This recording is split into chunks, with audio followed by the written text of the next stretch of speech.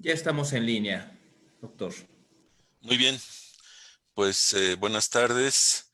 Bienvenidos nuevamente a nuestra conferencia de Cátedras Electas de la Geología Mexicana, organizadas por el Instituto de Geología y la Facultad de Ingeniería. En esta ocasión vamos a hablar del tema de la faja volcánica transmexicana y para eso tenemos de invitada a la doctora Teresa Orozco Esquivel, quien es académica del Centro de Geociencias de Juriquilla. Ella es doctora, realizó sus estudios de licenciatura en la Universidad de Coahuila en Saltillo y después hizo estudios de maestría y doctorado en la Universidad de Karlsruhe en Alemania. A su regreso se incorporó al Centro de Geociencias en Juriquilla y ha participado durante varios años en proyectos de investigación. Ella pertenece también al Sistema Nacional de Investigadores. Bueno, doctora Teresa, muchas gracias. Vamos a dar inicio a la plática. Ya tenemos a nuestro público de Zoom y a nuestro público de FaceTime de Facebook conectados. Gracias por aceptar la invitación. Sí. Bueno, muchas gracias por la presentación, Dante, y buenas tardes a todos. Pues sí, hoy voy a hablar sobre la faja volcánica transmexicana. Seguramente todos han escuchado el nombre, por lo menos. Pues la faja volcánica es una de las provincias geológicas más jóvenes de México. Se inició aproximadamente a los 16 millones de años, sigue activa, es un arco magmático activo que se formó en un margen convergente muy complejo, que vamos a ver ahora, y pues es el lugar donde están los grandes estratovolcanes mexicanos tan emblemáticos, los que son activos actualmente. Pues la faja, en alguna estimación que hicieron en algún momento, consideraban que tenía aproximadamente 8,000 centros volcánicos dentro de la faja volcánica, entre estratovolcanes, calderas, conos monogenéticos y otro tipo de aparatos. Entonces, esta provincia, probablemente por ser también está en una zona muy densamente poblada, muy accesible, es tal vez una de las más estudiadas en México. Se ha estudiado tanto la geometría y la dinámica de la subducción, que es interesante, los procesos magmáticos, los procesos que han generado las rocas ígneas. También ha sido interesante por estudiar recursos geotérmicos, yacimientos minerales que también se han encontrado asociados a la faja, y particularmente porque también el volcanismo y la subducción pues representan un peligro sísmico y volcánico. Entonces, pues hay numerosos estudios y desde un inicio lo que se vio en la faja volcánica es que era un arco muy particular, si no decir único en el mundo. Lo que se sabe normalmente, los arcos asociados a subducción alrededor, bueno, por ejemplo en la zona circunpacífico, pues son paralelos a la trinchera, mientras en México el arco es oblicuo a la trinchera, una cosa pues muy especial, aproximadamente tiene un ángulo de 6 grados, sobre todo es oblicuo en los sectores, la parte central, la parte occidental. Además subducen dos placas, subduce la placa de Rivera y la placa de Cocos, y en la parte occidental colinda con un rift activo, el rift del Golfo de California, que vieron en otra de las cátedras de esta serie. Entonces, esta particularidad pues, llamó la atención desde muy temprano. Ahora se interpreta que esta faja volcánica es la expresión más reciente de una historia muy larga de subducción a lo largo del margen pacífico, que se asocia primero a la subducción de la placa Farallón, que después se fragmentó en la placa Cocos y Nazca en el Mioceno temprano, y en algún momento, bueno, en el Oligoceno, la dorsal del Pacífico del Este choca con Norteamérica, se va consumiendo esa placa Farallón y después Cocos, hasta que al oeste de Baja California termina la subducción, empieza la apertura de la formación del Golfo de California y queda esta configuración. Por otro lado, en el sur, de México, los modelos muestran que asociado más bien a la tectónica del Caribe, un bloque, que es el bloque Chortis, migró hacia el este, lo que fue causando una reorganización de la posición de la zona de subducción y de la posición del magmatismo, y además de muchas otras circunstancias. Por ejemplo, el margen quedó truncado, o sea, rocas formadas a alta profundidad, rocas ígneas, intrusivos y rocas metamórficas, están ahora expuestas en la costa. Además, se iniciaron procesos de subducción por erosión. Se supone que en esta zona parte de la corteza se está erosionando y subduciendo, y un proceso de retroceso de la trinchera por el movimiento de Norteamérica hacia sobre la placa de Cocos. Entonces, esto causó que la posición del magmatismo fue cambiando desde el Cretácico tardío Paleoceno al Eoceno. Hay una migración hacia el este. En el Oligoceno cambia la posición de nuevo, Mioceno temprano, hasta formar la faja volcánica. Prácticamente hay una rotación antihorario del arco, y prácticamente la faja volcánica pues es parte de esta historia, de esta evolución que se ha dado por la subducción en el margen pacífico de México. Digamos que ha sido más o menos un continuo de subducción desde el Jurásico medio aproximadamente. Otra de las particularidades de la faja es que la edad de la placa que está subduciendo varía a lo largo de la trinchera. Esto tiene que ver con la distancia a la dorsal del Pacífico del Este, que va aumentando hacia el sur. O sea, si aquí se forma la corteza oceánica, pues la corteza oceánica que está subduciendo bajo México, bajo la parte sur de México, es mucho más antigua que la que subduce bajo que la placa que subduce más al norte. Esto tiene influencia porque la edad tiene consecuencias tiene influencia en la estructura térmica de la zona de subducción. También la velocidad de convergencia de las placas varía de norte a sur. Entonces tenemos un margen de subducción, un sistema de subducción con condiciones muy variables de entrada. También bajo el arco está subyacido por basamentos de distinta composición. Aquí están más o menos los terrenos del basamento de México, los terrenos antiguos de México, que se supone que están bajo la faja volcánica. Y el sector occidental está subducido por ensambles mesozoicos con magmatismo más antiguo, probablemente desde 160 millones de años, mientras que el este está subducido por basamentos mucho más antiguos, del precámbrico y paleozoico, y sobre todo en esta región no ha habido magmatismo en los últimos 120 o 150 millones de años, o sea, previo a la formación de la faja, mientras que acá pues estaban los arcos antiguos, había estado afectado por subducción desde muchos millones de años.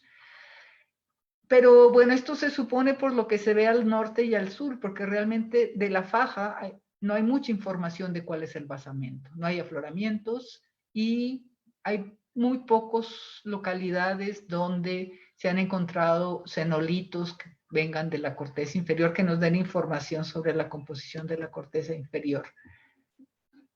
Y también un poco relacionado con esto, el espesor cortical varía. Es mucho más grueso en este sector oriental, donde tenemos basamento antiguo, y más delgado hacia, la corteza es más delgada hacia el occidente de la faja, y en ambos lados de la costa se adelgaza la corteza. Entonces, todos estos fenómenos tienen influencia en la composición de los magmas. Lo que vemos en la faja es algo también muy inusual para un arco volcánico. Los arcos volcánicos normalmente son de composición, los arcos volcánicos continentales son de composición calcialcalina, Mientras que en la faja volcánica hay presentes rocas alcalinas sódicas de tipo intraplaca, que son más típicas de un rift. Hay rocas alcalinas potásicas, que son incluyendo los de los lamprófidos, que es un tipo de roca muy particular, muy alto potasio. Y lo curioso es en estos mapas donde se muestra la distribución de este tipo de rocas, que generalmente coexisten en el espacio y en el tiempo. Prácticamente se puede estar emplazando un volcán de tipo arco y al lado estarse formando uno de tipo intraplaca, lo cual es algo también muy particular que coexistan en el espacio y en el tiempo. En algunos arcos se pueden tener algunos tipos de rocas, pero en posiciones diferentes del arco. Y por último, también muy especial es la sismicidad. Una particularidad, si vemos aquí en este mapa se muestran los sismos, la profundidad de los epicentros, la localización de los hipocentros, y con colores se distinguen las profundidades de esos hipocentros. O sea, lo que se ve bajo la faja volcánica es que hay mucho menos sismos, por un lado. Estos son los sismos de magnitud mayor a 4, mayor o igual a 4. Y que no hay sismos profundos, o prácticamente no hay sismos profundos. Y lo más notorio, que no hay sismos bajo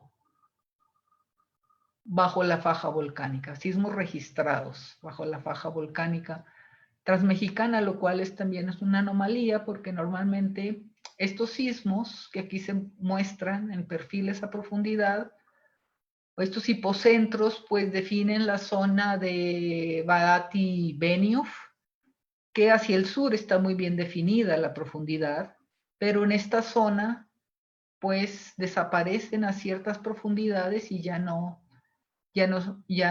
hay sismos. Entonces, esto pues causó siempre un poco de curiosidad, ¿dónde está la placa subducida? Y si esa placa subducida tenía influencia en el volcanismo de la faja volcánica. Entonces, claro, esto dio lugar a muchos modelos, algunos modelos, muchos apoyaban la idea que la faja se relacionaba a la subducción, pero hubo muchos modelos que cuestionaban que hubiera una relación entre el magmatismo y la subducción. No voy a discutirlos muy a detalle, solo como cultura general.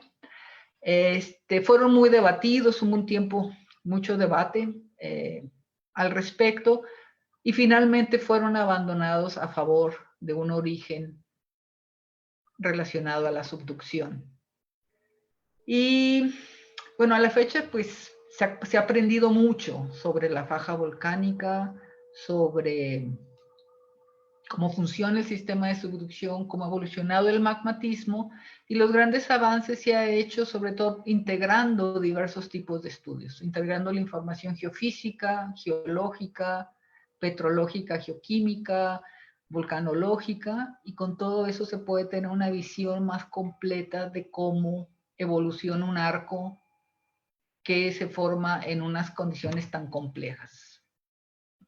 Entonces vamos un poco a lo que se sabe. O sea, desde 1900, bueno, este trabajo es de 1995, pero ya antes un poco se sabía que la placa bajo, que se hunde aquí bajo el continente, tenía distintos ángulos de subducción, que en esta zona, hacia el este, el ángulo de subducción era más plano. Aquí lo que se muestra son las líneas, isolíneas de profundidad. Era más plano, y que hacia la parte occidental de la faja el ángulo de subducción era mucho mayor. Aquí estas líneas que se muestran punteadas bajo la faja es simplemente porque no se sabía, no había sismos para determinar la posición de la placa. Entonces no se sabía qué pasaba ahí. Pues hace ya unos años, o sea, entre 2005 y 2009 se desarrollaron varios experimentos sísmicos que arrojaron mucha nueva información sobre la estructura de la subducción, que tiene mucho que ver con la evolución. Se realizaron estos experimentos, hubo uno en la parte occidental, el experimento Mars, una serie de estaciones de banda ancha, luego una línea MASE aquí atravesando en esa zona de la placa más plana, y otro en el istmo, este proyecto VEOX. Entonces voy a mostrar aquí, bueno, los resultados de MASE, de esta línea que va por esta zona donde ya se sabía que la placa era, pues tenía un ángulo muy bajo, que permitió tener una imagen de la placa a profundidad y que muestra que la placa primero subduce con un ángulo alto, después subduce prácticamente horizontalmente debajo de la litosfera, antes de hundirse con un ángulo muy alto, un ángulo de aproximadamente 75 grados bajo el arco. O sea, aquí arriba se muestra, aquí está la Ciudad de México y esta es la extensión del arco, más o menos. Entonces, pues permite ver cuál es la posición del slab, de la placa subducida, bajo la placa. Y otras cosas que se encontraron es que este slab se encuentra solo a unos 3 o 5 kilómetros bajo el mojo, o sea, muy cerca de ese límite, y que no hay un manto litosférico, que es algo interesante. O sea, algo pasó, eso no sé, nadie lo ha enfrentado claramente, si ese manto se erosionó, pero no existe un manto litosférico en esta zona. Entonces eso permitió refinar estas isolíneas de profundidad de la placa y sobre todo bajo la faja volcánica. Aún no se conoce todo porque hay zonas sin datos, pero se tiene un mejor conocimiento de cómo es esa placa. Y algo que arrojaron también todos estos experimentos fue que había una segmentación de las placas. O sea, sobre todo con estudios de anisotropía sísmica, vieron que en esta zona, en el límite entre Rivera y Cocos, había una ruptura a profundidad. La placa estaba rota a profundidad, justamente en el lugar donde está el volcán de Colima, que está acá a la derecha también,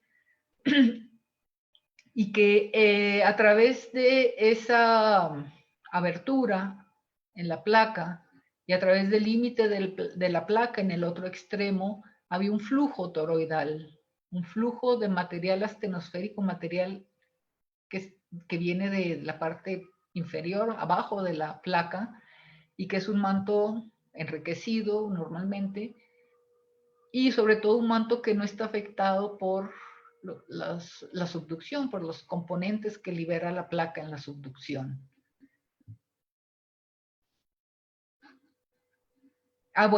Y que esta placa tiene ángulos entre 35 y 70, perdón, creo que aquí íbamos mal, mientras que la placa de Cocos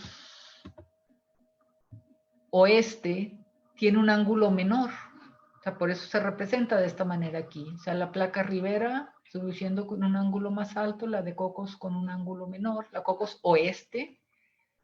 Y después está el segmento subhorizontal.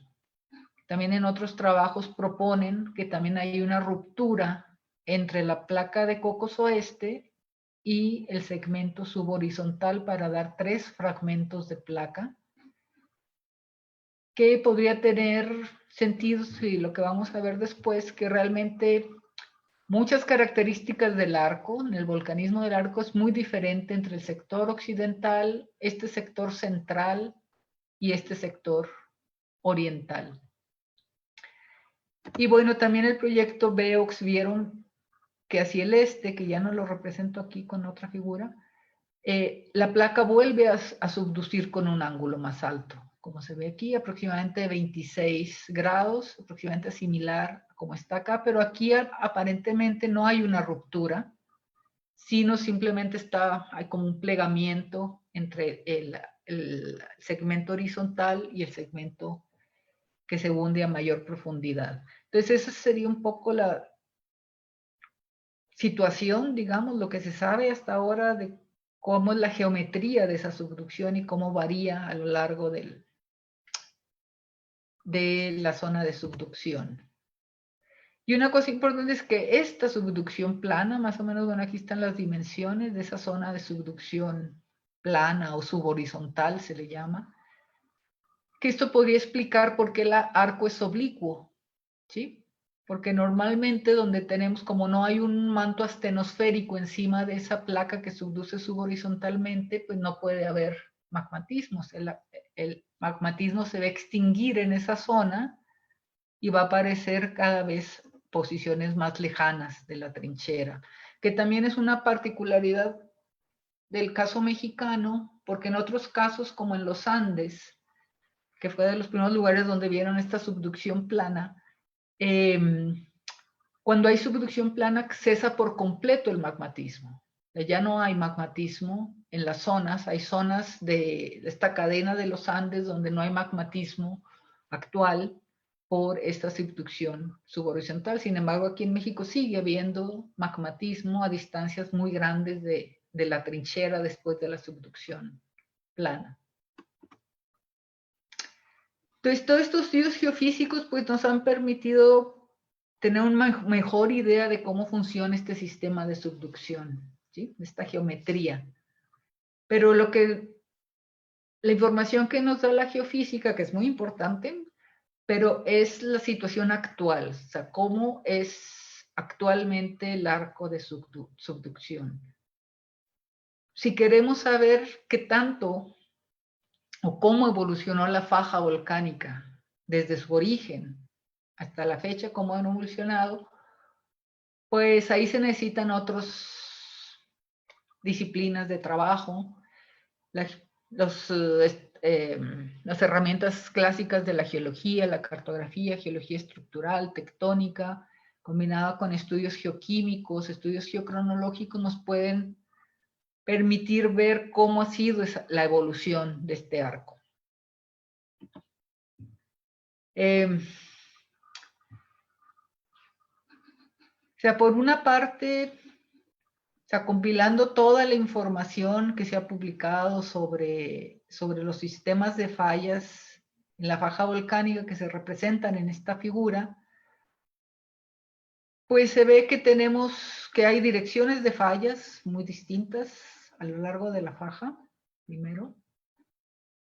Muy notorio que hacia el este está casi ausente la deformación. Hay algunas fallas como este semigraben de Aljibes o las fallas acá del campo volcánico de Apan, pero es muy escaso el fallamiento en el sector oriental, mientras que es muy intenso en el central y también en el occidental.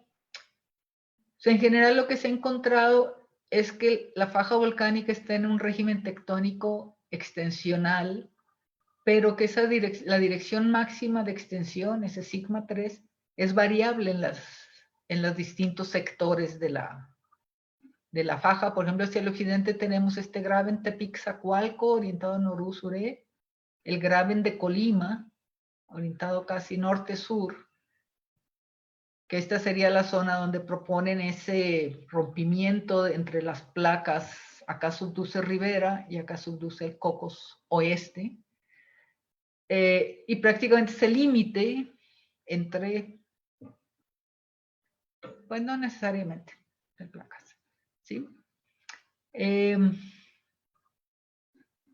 Hacia el centro tenemos este magmatismo, ha formado estos grandes cuencas como el Chapala, Cuitzeo, o sea que ahora vemos como lagos, había más lagos, pero eso es lo que ha quedado de toda esta tectónica extensional. Y otra cosa que se ha visto es que el magmatismo parece migrar de norte a sur, iniciando en el Mioceno tardío en la parte más al norte de la faja y fue migrando en el Plioceno hacia el sur, y la tectónica actual, ahí creo que se movieron un poco esas, perdón, estas cositas, pero sí, fue migrando hacia el sur. O sea, hay una migración de la deformación de norte a sur, aproximadamente.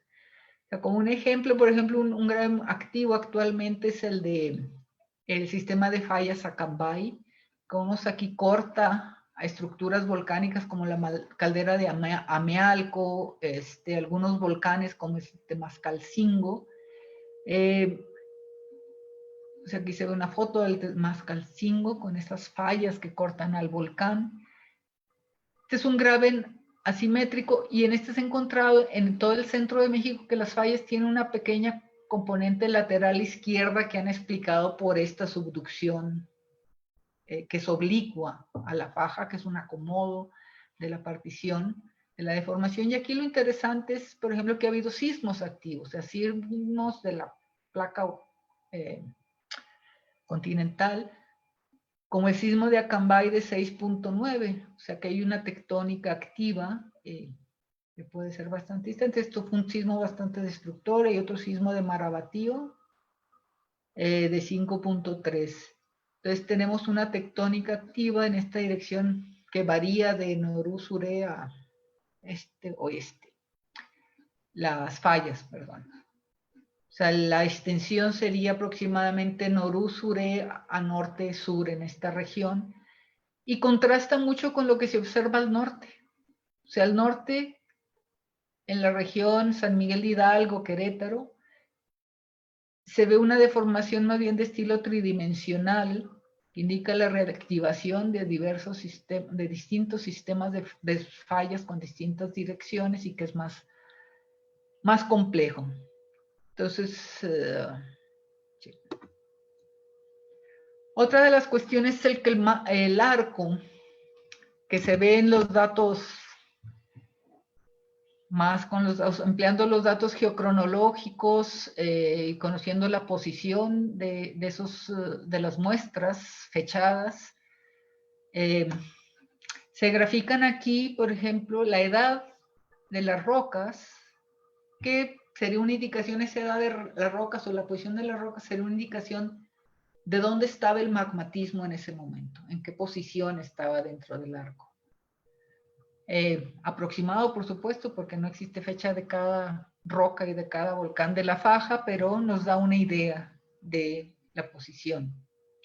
Entonces, lo que se observa, si graficamos la distancia de cada punto fechado hacia el frente volcánico de forma perpendicular contra la edad, vemos que, por ejemplo, en el occidente el arco ha ido migrando hacia el frente volcánico. Este sería el frente volcánico en cero. Entonces el arco, sobre todo el frente volcánico, se ha ido moviendo hacia la trinchera, prácticamente hacia el frente y hacia la trinchera. Eso en el occidente, mientras que en el este el comportamiento es muy distinto.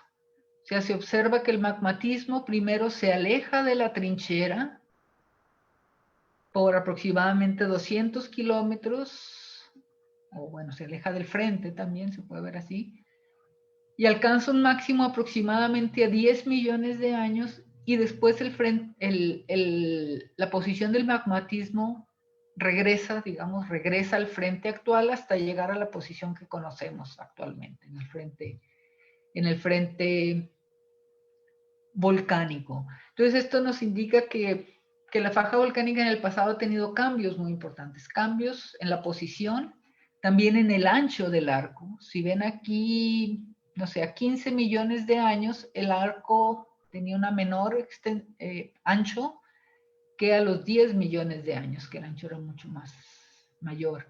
Lo mismo se ve en el occidente, que el arco actual tiene un ancho mucho mayor que en el pasado. Y ahora, combinando, lo anterior fue solo las edades con su posición, ahora las edades y con la química de las rocas y con el estilo del volcanismo que se observa, se definieron cuatro eventos que han ocurrido. Digamos, se separó el magmatismo que ha ocurrido en la faja volcánica en 4 eventos. Uno de los eventos, bueno, el primero es el más temprano, entre el Mioceno temprano, medio al tardío. Otro del Mioceno tardío al Plioceno temprano. Un evento silícico en el Mioceno tardío Plioceno y después el arco actual del Plioceno tardío cuaternario. Esto lo vamos a ir viendo un poco más a detalle después. Aquí solo lo que quería hacer notar, bueno, que la posición de cada uno es un poco distinta y la composición química, este es un diagrama que es el típico diagrama TASP para clasificar rocas volcánicas, silicio contra sodio más potasio, y lo único que quiero mostrar aquí es simplemente que la composición es distinta en cada uno de esos eventos.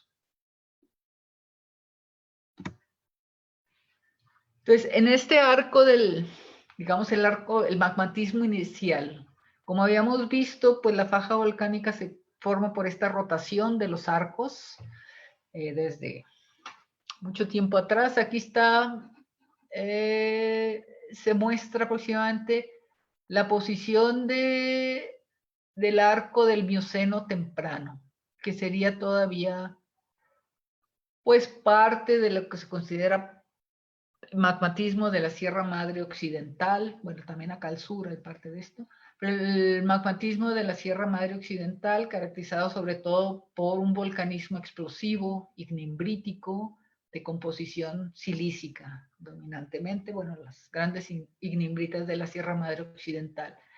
Y esta es la posición. Entonces el punto es un poco difícil definir cuándo empieza la faja, cuándo termina la Sierra Madre Occidental. Porque, bueno, se han reportado cosas que entran en el rango de la Sierra Madre Occidental. En esta zona, los domos de Chalcatzingo, la zona de Malinalco, Tepoztlán, la Sierra de Mil Cumbres, donde en parte se traslapan esas edades, o hay una combinación de edades. Lo que se ve, si graficamos la edad de toda la base de datos que tenemos contra la distancia a la trinchera, se ve muy claramente, por ejemplo, desde 23 millones de años, como tenemos este grupo aquí, y a partir de aproximadamente 16 millones de años, aparecen las rocas a casi todo lo ancho de la faja. Entonces, por eso se ha establecido un poco que, bueno, la faja inicia en ese momento donde, digamos, la faja se extiende hacia el este, ¿sí? Deja de estar en esa posición Noru-Suré y se extiende hacia el este. Podríamos decir, es algo un poco arbitrario, pero podemos decir, bueno, eso, al menos por su localización, podemos decir, ahí inicia la faja volcánica transmexicana. Pero no es solo eso, también aproximadamente a esas edades se ve un cambio de ese volcanismo de la Sierra Madre Occidental, que es explosivo y silícico, a un volcanismo más andesítico, dacítico, más calcialcalino. O sea, realmente este es un arco típico. Hay estratovolcanes, es calcialcalino, es de composición intermedia. O sea, sería lo que esperamos de un arco. Y lo que se ve en las edades es que este arco fue migrando. Aquí se ven, están representadas las edades y la posición aproximada del arco, que primero tendríamos un arco más estrecho, que luego se ensanchó muy notablemente y migró la localización del magmatismo, alejándose de la trinchera, sobre todo en esta zona, hasta alcanzar esta zona de los volcanes La Joya, Palo Huérfano, en la parte más, que son estratovolcanes. Entonces, normalmente se ha propuesto que la posición del arco y el ancho del arco tiene que ver con el ángulo de subducción. Con un ángulo de subducción más plano tendríamos un arco más ancho y más alejado. Si esta es la trinchera, a 0 kilómetros aquí, perdón, no está la unidad. más alejado de la trinchera y más ancho, mientras que si el ángulo de subducción es más alto, tendríamos un arco más estrecho y más cercano a la trinchera. Entonces, lo que nos indica esta migración es que esa subducción subhorizontal que vemos ahora, en realidad se prolongó por muchos más kilómetros en el Mioceno medio a tardío, en esta migración. O sea, que había una subducción plana mucho más larga que lo que conocemos ahora. Y una de las características más distintivas de este evento es la presencia de rocas adaquíticas. Son rocas también calcialcalinas, pero unas características muy particulares que generalmente se han interpretado como formadas por la fusión de la placa subducida. Se requiere una fuente eclogítica para poder tener esa composición. Aquí vemos, por ejemplo, en gris las rocas adaquíticas y en estos símbolos de diversos colores, la composición de las rocas que están en el frente volcánico de esa época. Y vemos que las composiciones son muy distintas. Entonces, esto se ha interpretado que fue el resultado de esa subducción subhorizontal muy prolongada, que lo que ocurre es que al mantenerse la placa a una presión relativamente baja, digamos, porque no está muy profunda, por mucho tiempo, la temperatura en la placa puede ir aumentando y puede llegar a fundir, puede cruzar ese solidus y fundir, y la temperatura a la que funde dependerá pues de cuánta agua que tiene aún la placa después de la deshidratación. Entonces estos volcanes son muy importantes, se ven, bueno, aquí en La Joya, Palo Huérfano, en Palmasola también se han reportado ese tipo de Cerro Grande, ese tipo de rocas.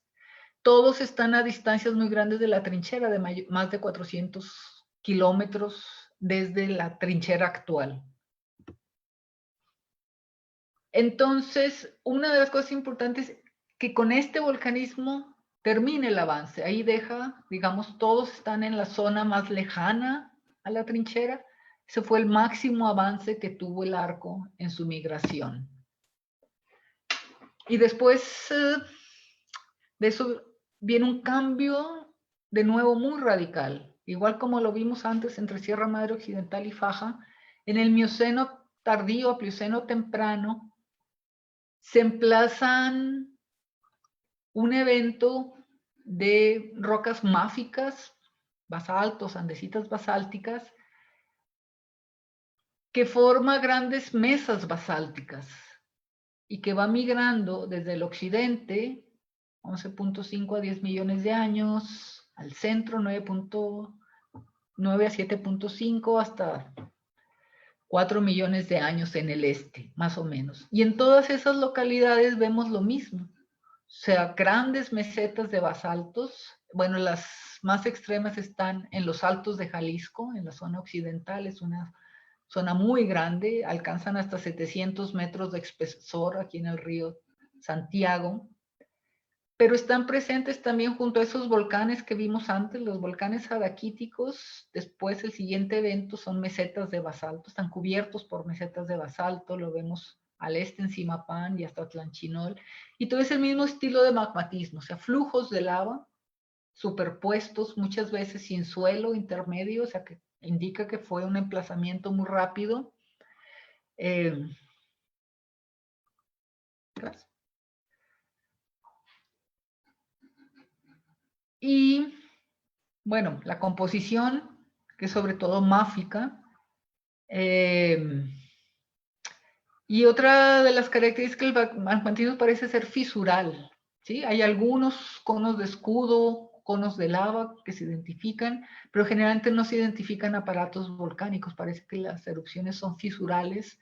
Durante todo este evento, todo es máfico, no hay estratovolcanes clásicos típicos de un arco. Entonces es un cambio muy notable en el estilo del magmatismo y en la composición del magmatismo. El anterior era calcial, intermedio, ahora es máfico. Y la química, bueno, no me voy a meter aquí, no los voy a asustar tanto con esto, pero En estas rocas hacia el occidente son más calcialcalinas, hacia el este se vuelven más de intraplaca, o sea, hay rocas de intraplaca, típicas de intraplaca. Lo interesante es que al occidente es la zona donde hubo subducción previa a la faja por mucho tiempo. Eso podría definir que la composición es distinta al oeste, mientras que al este no había habido subducción previa. Digamos, el manto no estaba tan afectado por subducción, y al este hay rocas típicas de intraplaca, que aquí se marcan como rocas O y B. Se puede ver la diferencia entre el evento anterior, en gris, la faja temprana, y estas rocas del evento máfico. Entonces eso se ha propuesto que hubo una ruptura en la placa subducida. Es una ruptura que sería la prolongación de la ruptura de la placa después de que se consumió farallón o cocos al occidente de México, y que esa ruptura de la placa a profundidad, o sea, prácticamente cuando termina la subducción, la dorsal topa con el continente, a profundidad pues la placa se rompe, que ya no tiene el empuje, y se hunde en el manto. Entonces, bueno, es una propuesta que ese evento significa esa propagación que fue migrando hacia el este, generando ese tipo de magmatismo, y que al abrirse ese espacio, eso permitió el ascenso de manto astenosférico, que no estaba afectado por la subducción, y la fusión por descompresión, por el ascenso del manto y la generación de estos grandes volúmenes de magmas máficos. Hay otros modelos. Para el occidente se ha propuesto un modelo de laminación de goteo litosférico, se le llama, o sea, que una gota de corteza, manto litosférico, se hunde en el manto, puede fundir y generar todo este tipo de composiciones que se ven ahí. Pero bueno, este modelo se concentra solo en esa parte occidental, no explica toda esa secuencia muy similar a lo largo del arco. Luego vino un evento silícico que marca el inicio del retroceso de la trinchera. Por ejemplo, en el occidente, aquí voy a ver, bueno, se ve todo hasta el Holoceno, porque ya es difícil ponerle un límite, digamos, es muy similar la evolución de ese magmatismo silícico, que en el occidente está concentrado solo en el Graben de Tepic-Zacualco, todo el volcanismo silícico. Se ve una ligera migración, el más antiguo está al norte y luego migra un poco hacia el sur, pero no mucho, generalmente son grandes domos, algunas ignimbritas. La fase inicial es solo silícica y luego se vuelve bimodal. O sea, hay rocas máficas ligeramente alcalinas y riolitas que se emplazan. Incluso en las fases más tardías hay riolitas hiperalcalinas que son típicas de rifts también. Mientras en el sector oriental, muy distinto el estilo. Bueno, en el sector oriental, en el sector central no hay volcanismo silícico. Bueno, pasé muy rápido, pero en el sector central no hay volcanismo silícico. En el sector oriental, el volcanismo silícico está principalmente asociado a grandes calderas, estas grandes estructuras de colapso que generan grandes volúmenes de ignimbritas. Y una cosa interesante, si vemos esas calderas, las edades de las distintas calderas, vemos que hay una migración, y si graficamos también las edades de las rocas, una migración muy marcada hacia el frente volcánico, hacia la trinchera. O sea, el volcanismo inició en las partes más lejanas a la trinchera y luego se ha ido yendo a porciones cada vez más cercanas. Hay una migración del arco. Esa migración del arco nos indica ahora el proceso inverso. O sea, ahora la placa está en retroceso. Está aumentando el ángulo de subducción, está retrayendo. Y muy curioso, la evolución es muy similar al occidente, aun cuando están en lugares muy distintos. A partir del Plioceno, el magmatismo es bimodal. También en las etapas más tardías hay estas riolitas hiperalcalinas que son típicas de zonas de extensión o de rift, no tanto de un arco. En el este hay muchas evidencias, no solo en el oeste también, muchas evidencias de mezclas de magmas. Por ejemplo, si analizamos el volcanismo monogenético, eso de duración muy corta, tiene una distribución más o menos bimodal, o sea, rocas muy silícicas, rocas muy máficas, algunas intermedias que ahorita vemos, mientras que en las calderas tenemos toda la distribución de volcanismo. Y hay ejemplos muy espectaculares, que me ha parecido siempre más espectacular es este depósito que hay en los Sumeros, donde alternan pomes silícicas con escorias basálticas o máficas, en la misma unidad, que te indica que al mismo tiempo había una erupción silícica riolítica y una erupción máfica, y aquí estos son los depósitos de esas dos erupciones. Muchas otras evidencias como pomes bandeadas, bloques máficos en una ignimbrita, todo eso evidencia una mezcla de magma, y que parece que en este sector, en este evento silícico, la mezcla, el magmatismo, digamos, de base estaría dado por el volcanismo monogenético, que es bimodal, se está generando basaltos que probablemente se emplazan en la corteza, generan fusión cortical, generan, bueno, el proceso es más largo, pero se generan magmas riolíticos por fusión de la corteza, magmas basálticos del manto, y que en estas grandes calderas que se asocian a grandes cámaras magmáticas, pues ocurre una mezcla de esos dos, que lo vemos en los isótopos que nos marcan, o sea, desde las rocas más de corteza hasta las rocas más de manto, una línea de mezcla o distintas líneas de mezcla para las distintas calderas. No voy a entrar en esto y es muy petrológico, pero digamos que ese es el principio. Entonces, el modelo que se ha propuesto para esto es que durante esa subducción subhorizontal, la placa se va deshidratando y, bueno, esa agua tiene que ir a algún lugar y pues generalmente va hacia la parte superior a la corteza.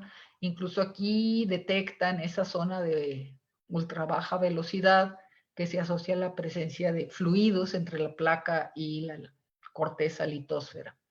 Entonces hay esa deshidratación de la placa. También han encontrado en estudios de magnetotelúricos y de atenuación sísmica que la corteza inferior bajo la faja volcánica hay una anomalía de alta conductividad, es mucho más conductiva la placa en esa parte baja, y también una mayor atenuación sísmica.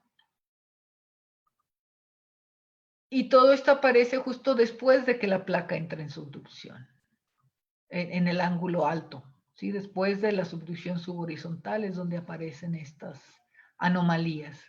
Y se interpretan esas anomalías como la presencia de fundidos, de fluidos en la corteza inferior. Entonces, un modelo para esto es que cuando empieza a retroceder la placa, prácticamente la corteza está muy hidratada, hay altas temperaturas, bueno, eso no mencioné, estos son modelados numéricos térmicos.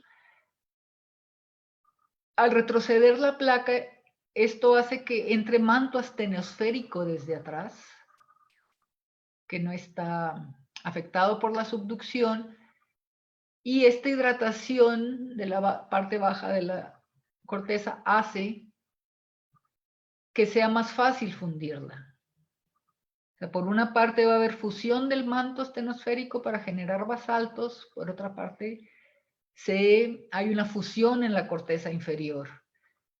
Y al seguir aumentando el ángulo de bueno, no aumenta el ángulo de subducción, lo que se va agotando es esa parte subhorizontal, va disminuyendo hacia el oeste, pues esto se va propagando hacia el sur, que es lo que se ve, van apareciendo las calderas más al sur, tenemos este volcanismo bimodal que en las calderas está mezclado. O sea, bimodal, las riolitas serían de la corteza, los basaltos de este manto astenosférico que entra acá, que pueden ser, hay muchas rocas alcalinas sódicas, basaltos alcalinos de intraplaca. Y eso sigue avanzando hasta la posición actual. Entonces es un proceso continuo que vamos viendo cómo el mismo proceso muy similar se repite desde la caldera más al norte, Carboneros, luego lo vemos en Acapulco, luego lo vemos en Humeros, casi la misma secuencia volcánica incluso.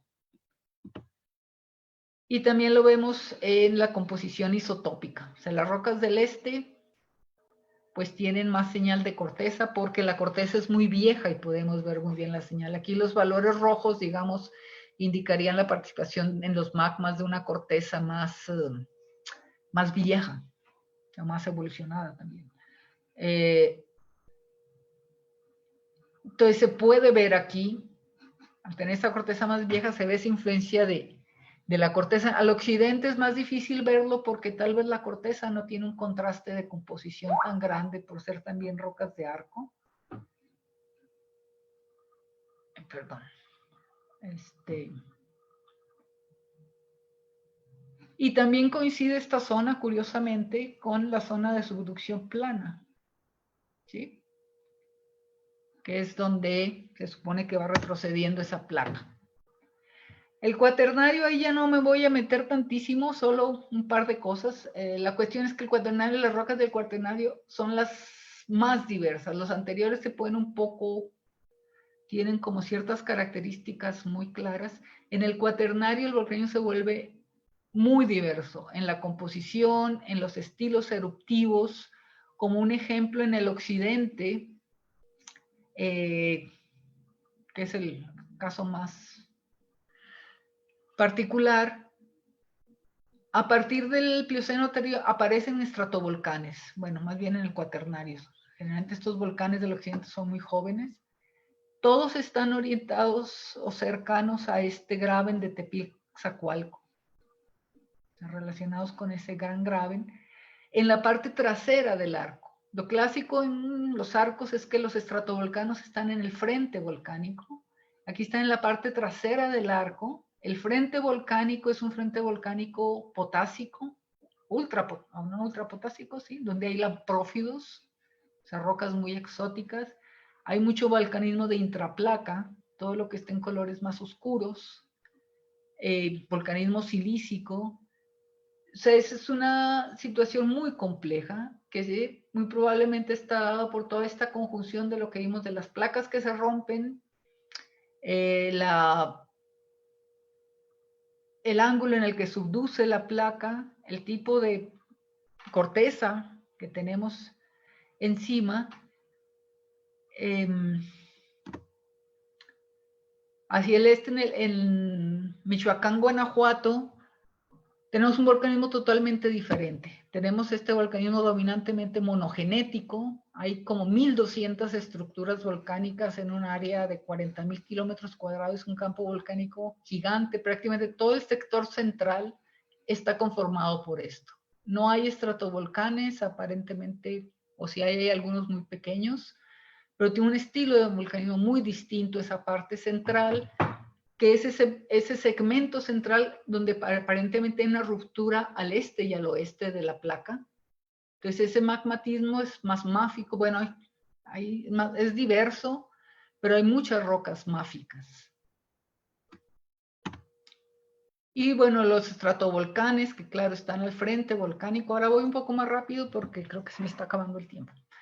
El Nevado de Toluca, el Popocatépetl, Pico de Orizaba, la Malinche, que se consideran todos volcanes activos, y estos se forman a partir del Plioceno. Bueno, se empiezan a formar a partir del Plioceno tardío en las zonas más lejanas y van migrando también hacia el sur. Muy difícil de explicar toda esta diversidad magmática, por eso ya no me adentré tanto a esto, porque prácticamente cada volcán que han estudiado han propuesto un modelo diferente. O sea, básicamente es muy diverso. O sea, el magmatismo de arco pues se genera donde tenemos una zona de subducción, la placa que se hunde, hay una serie de reacciones metamórficas, se liberan fluidos, la placa puede fundir, la placa puede llevar sedimentos, o sea, subducen sedimentos que también aportan fluidos o fundidos, que entran al manto Ahí se discute mucho si como fluidos, si como fundidos, si reacciona, si es una mezcla física. Y básicamente lo que funde es esa mezcla, ese manto que teníamos aquí con los aportes de la subducción para generar magmas. Entonces participan el manto, los componentes de la subducción, la corteza continental. Cuando ascienden los magmas, bueno, ahí hay dos modelos, que cuando ascienden los magmas basálticos del manto se estacionan en la corteza y ahí evolucionan para dar estas composiciones intermedias, calcialcalinas, monótonas. Los estratovolcanes tienen una composición muy monótona y se emplazan después. Y luego están estos modelos que ahora realmente se propusieron hace muchos años, pero ahora están muy actuales, de que además de los sedimentos que vienen ya con la placa basáltica, al subducir hay una subducción por erosión. O sea, la placa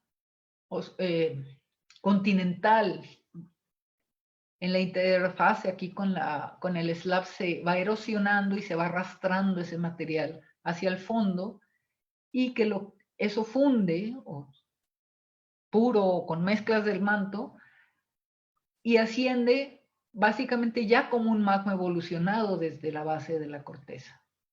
¿Sí? Entonces, digamos, son como las dos escuelas, yo le llamo los corticales contra los mantélicos. Se generan las andesitas en el manto, se generan en la corteza. Y es una de las grandes discusiones. Y bueno, yo creo que lo dejamos ahí. Hay muchos modelos petrogenéticos, muchísimos. Pero a final de cuentas, el magmatismo de la faja volcánica pues resultó de todos estos cambios en la dinámica de la subducción. O sea, la dinámica de la subducción en el tiempo ha influenciado la posición del arco, la composición del magmatismo, el estilo del magmatismo y también la deformación de la corteza continental. Es muy probable que esta migración del fallamiento hacia el sur, una de las ideas es que tiene que ver con este retroceso de la placa. Y bueno, eso es un poco lo que les quería comentar sobre la faja volcánica transmexicana. Gracias. Muchas gracias, doctora Teresa Orozco. Te agradecemos mucho que hayas hecho este esfuerzo de síntesis que se me hace espléndido y muy claramente explicado, y yo espero que nuestros alumnos hayan tomado provecho de esta plática tan clara, tan pausada, parsimoniosa, que seguramente les va a permitir tener muchas reflexiones sobre la faja volcánica transmexicana. Tenemos déjenme checar si no ha levantado a nadie del grupo la mano para hacer preguntas, porque ya tenemos algunas preguntas del público de Facebook. Uy, qué miedo. Sí. ¿Alguno de los chicos tiene alguna pregunta ahorita o prefieren que pregunte primero el público? Pues creo que nadie levanta la mano. Ahorita entonces vamos a dar paso a que el público de Facebook nos haga preguntas. Jesús, ya tenías tú algunas preguntas, ¿no? Por favor. Sí, claro que sí, doctor. Uh-huh. Félix Rodríguez Cardoso pregunta lo siguiente. ¿Hay evidencia de vulcanismo adaquítico asociado a la ruptura de la placa o solo se encuentra asociado a la subducción plana?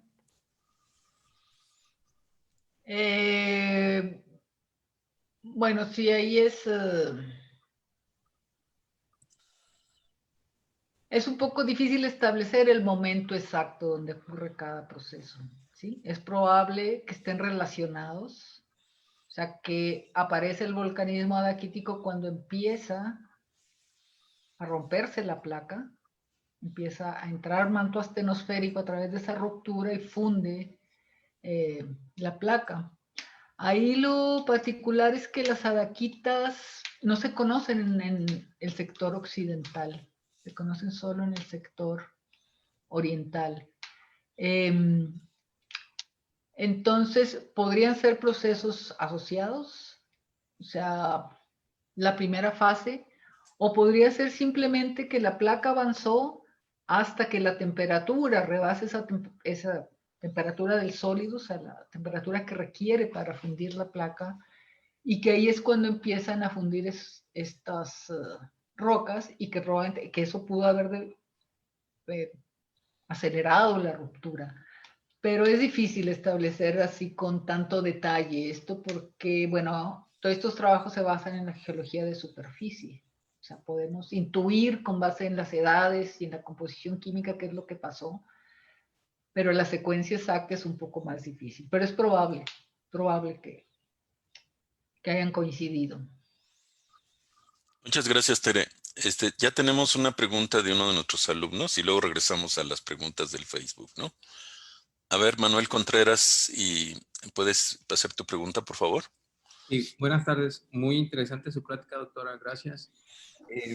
Al principio pensé que la variación en el ángulo de subducción podría estar relacionada con la edad de la placa que subduce, pero parece que eso no es así. Entonces, mi pregunta es, ¿a qué se debe la subducción subhorizontal que se observa hacia el sureste? Ah, sí. Bueno, ahí hay muchas ideas. Incluso tenía por ahí una diapositiva que había preparado. No sé, ya no está la presentación, ¿verdad? No la estamos viendo. No sé si la deja. Ahí está ya. Ya está. Bueno, hay unos modelos. Bueno, se ha visto que la edad no tiene nada que ver. O sea, hay estudios que muestran, bueno, gente que decía que cuando subduce corteza muy gruesa, cuando la placa oceánica es muy joven, esto del ángulo de subducción, pero se ha visto que no hay ninguna correlación a nivel global. Aquí en México se ha visto varias cosas. Por ejemplo, a 17 millones de años cambió muy rápido la tasa de dispersión en la dorsal del Pacífico. Se aceleró de 4 a 10 centímetros por año. Entonces eso pudo haber influido una velocidad más rápida de la placa, la tasa de dispersión en la dorsal. El eslave es joven, también puede influir. Otra cuestión es que la trinchera está en retroceso porque en Norteamérica, digamos, se mueve sobre la placa de Cocos, ¿sí? O sea, se mueve sobre Cocos, entonces la trinchera se va retrocediendo. Hay unos modelos que hablan que un aumento en la viscosidad de la cuña del manto, que hay menos fluidos por alguna cuestión, o sea, no llegan los fluidos al manto, la placa se puede deshidratar antes por ser muy joven, entonces aumenta la viscosidad y hay un efecto como de succión. Son modelos que ha hecho los Glassmanea, un efecto de succión que hace que la placa se pegue, digamos, a la litosfera, ¿sí? Otro efecto que han hablado es la corteza gruesa que tenemos en el centro de México, que eso pudo haber favorecido también esta succión. Es más o menos las ideas que se han manejado de por qué inició la subducción subhorizontal, pero creo que es uno de los grandes temas que es difícil saber, digamos ahí, bueno, estos modelos numéricos pues ayudan, pero es lo que tenemos. O sea, qué propiedades o características pueden favorecer o no que ocurra esto. Aquí modelan en corteza delgada, como acá en el sur, no hay subducción plana, no hay esa succión, mientras que cuando hay una corteza gruesa, un tope de corteza gruesa, ocurre esto. Son las ideas que existen. Muchas gracias. Gracias. Gracias. Tenemos otra pregunta del público de Facebook. Adelante, Jesús. Claro que sí, doctor. Óscar Izaguirre pregunta lo siguiente. ¿Qué relación tiene el vulcanismo y magmatismo reciente de la planicie del Golfo de México, como la Sierra de Otontepec en Veracruz y la Sierra de Tamaulipas con este arco y subducción? Gracias de antemano por la respuesta. Sí. Bueno, hay esos trabajos de Robán de los 80s, 70s, 80s, que hablaban que había una provincia alcalina oriental, o sea, que llamaban magmatismo alcalino y que llegaba hasta la faja, hasta más al sur de la faja. Con estudios más recientes se ha visto que lo de Sierra de Otontepec y Palmasola, que es en las partes más al este de la faja volcánica,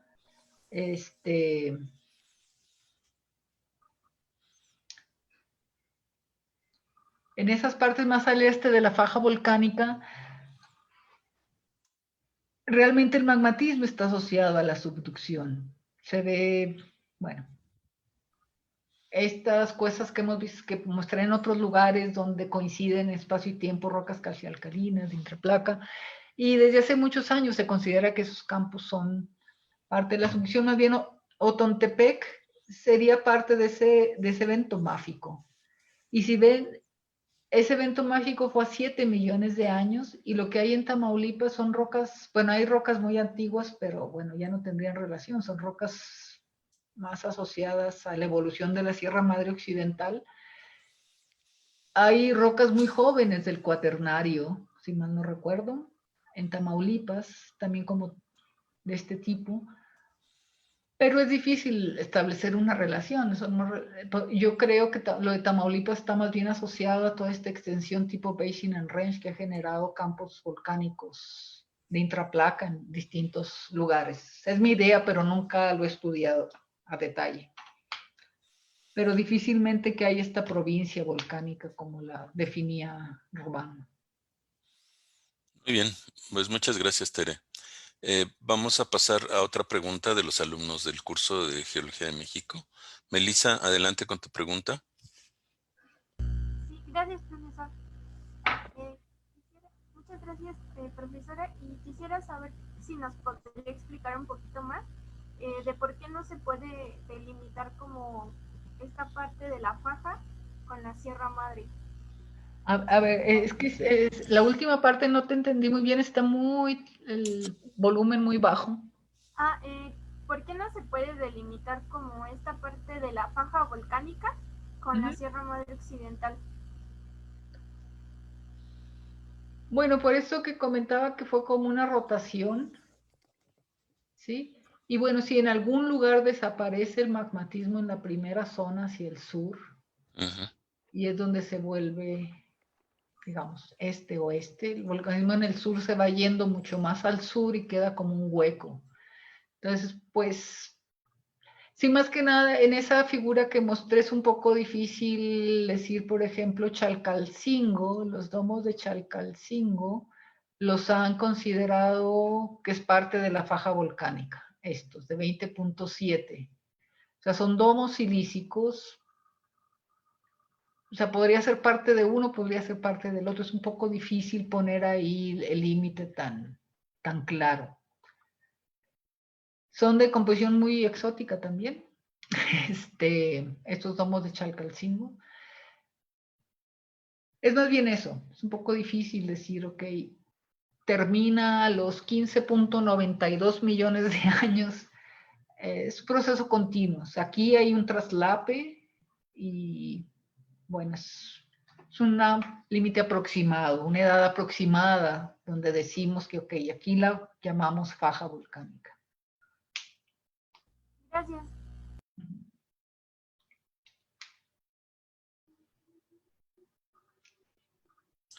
¿Tenemos más preguntas del público de Facebook, Jesús?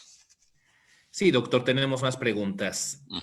Benito Noguesal pregunta lo siguiente. ¿Por qué en el sector occidente de la faja volcánica transmexicana hay extensión, entre paréntesis Graben, Tepic, Zocoalco, cuando en el East Pacific Rise está tan cercano, siendo placa oceánica muy joven y boyante, entre paréntesis flotabilidad? Ajá. Ahí voy a buscar una figurita donde se vea eso. Aquí. No, se ve muy mal. Bueno, esto del Graben de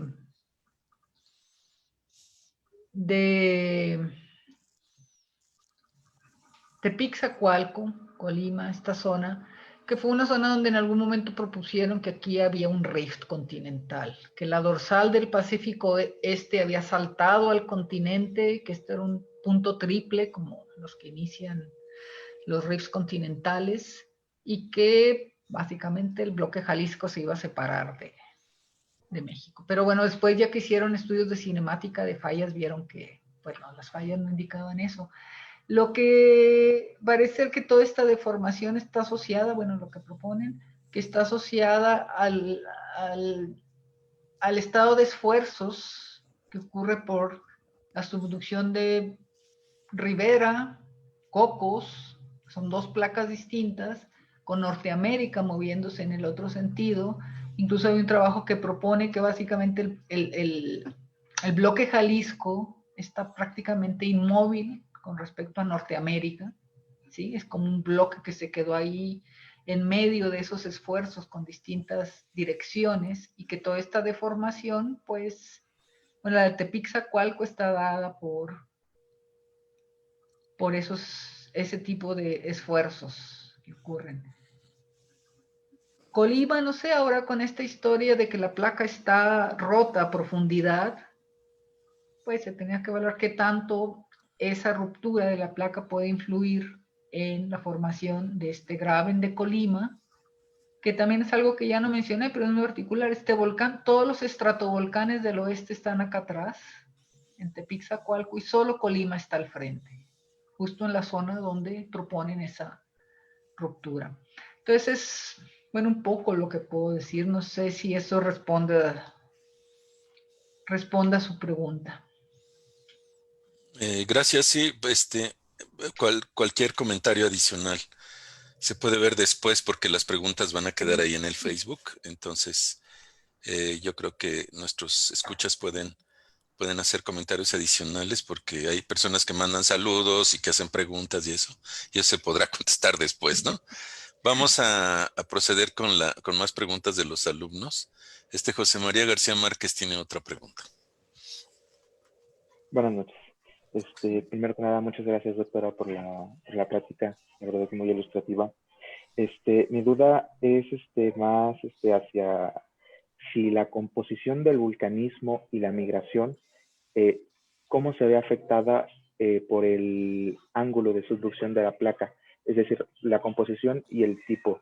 Si es si un vulcanismo bimodal, silícico, si es explosivo, si es de cómo se afecta. El ángulo de la placa. Bueno, hay uno de los modelos que proponen Jalisco, donde hay todo este volcanismo potásico en el frente, que también es muy exótico, tener en el occidente los estratovolcanes acá atrás y los campos volcánicos, sobre todo monogenéticos y potásicos, y se ha asociado con eso, con un ángulo de subducción alta, y que los componentes de la subducción que están participando para formar esos mapas vienen de zonas muy profundas de la placa. Cuando la placa alcanzó condiciones metamórficas mucho más altas, son estables fases como la fengita, y que eso es lo que estaría provocando eso. Ese es uno de los modelos para explicar este movimiento potásico y que prácticamente tendría que ver con el ángulo de subducción de la placa. En otros lugares, no. Bueno, no hay nada que se conozca, no hay ningún estudio que se haya hecho enfocado a ver particularmente pero yo no creo. Puede haber pequeñas diferencias, pero sobre todo el tipo, en los fluidos que se generan, la composición va a ser distinta entre más profundo sea la placa porque tenemos pues fases metamórficas distintas. Pero aquí para la faja no, bueno, es el único trabajo que conozco que relaciona eso, que una placa con mayor ángulo de subducción y un origen más profundo de esos magmas de arco para formar esas rocas potásicas. Poco la idea, hay esta idea de la relación profundidad-potasio, que entre más profunda sea la placa, el magmatismo se va volviendo más potásico. Es algo que se conoce desde hace muchos años, le llaman la relación KH. Pero generalmente esa parte muy profunda está en las partes muy lejanas más lejanas a la trinchera. Ese magmatismo potásico lo vemos detrás del arco. Y aquí es una cosa particular. Vale. Muy bien. Entonces, tendría que haber más. Gracias. Gracias. Vamos a recibir una última pregunta del público y ya podríamos dejar ahí las preguntas con la promesa de que seguiremos viendo los comentarios del público. Le pediríamos a nuestra autora que se echara un vistazo a esas preguntas y a ver si podemos contestar cosas adicionales. A ver, Jesús. Sí. Con gusto, doctor. Carlos Avelar pregunta: buen día, doctora, y felicidades por su presentación. ¿En qué parte de la faja volcánica transmexicana se encuentran los yacimientos minerales y a qué tipo de magmatismo se asocian? Y ahorita uno que me recuerdo así de pronto, aquí en la parte oriental, donde hay rocas adaquíticas, ahí han reportado este año, creo que fue, una publicación sobre ahorita no recuerdo el nombre, discúlpame. Es un trabajo del grupo de Tony Camprubí. La primera autora es una mujer, no recuerdo, que reportan aquí un yacimiento del Mioceno medio, si mal no recuerdo, aparentemente asociado con ese tipo de rocas. Ahorita hay otro que así digamos que se ha visto que es claramente asociado al magmatismo de la faja. Recuerdo que acá en los volcanes, buscan mucho los volcanes adaquíticos, porque hay un modelo entre la gente que se dedica a yacimientos minerales, de una asociación de estas rocas adaquíticas a yacimientos minerales. Entonces también alguna vez me enteré que andaban explorando aquí el volcán San Pedro, un volcancito que está por aquí en la zona. Y en general las zonas donde hay rocas adaquíticas buscando yacimientos. Muy bien, pues muchas gracias, Tere. Te agradecemos mucho tu presencia. Queda grabada tu plática para la colección que estamos haciendo en YouTube. Y al público que quiera volver a ver esta charla o alguna otra de nuestra serie, puede visitar la página del Instituto de Geología y ahí están presentes las grabaciones. Pues te agradecemos mucho, Tere, y esperamos verte pronto en nuestro ciclo de conferencias. Muchas gracias a Gracias ustedes por por la invitación y gracias a todos los que la escucharon Muy bien. atentamente. Gracias. Ya.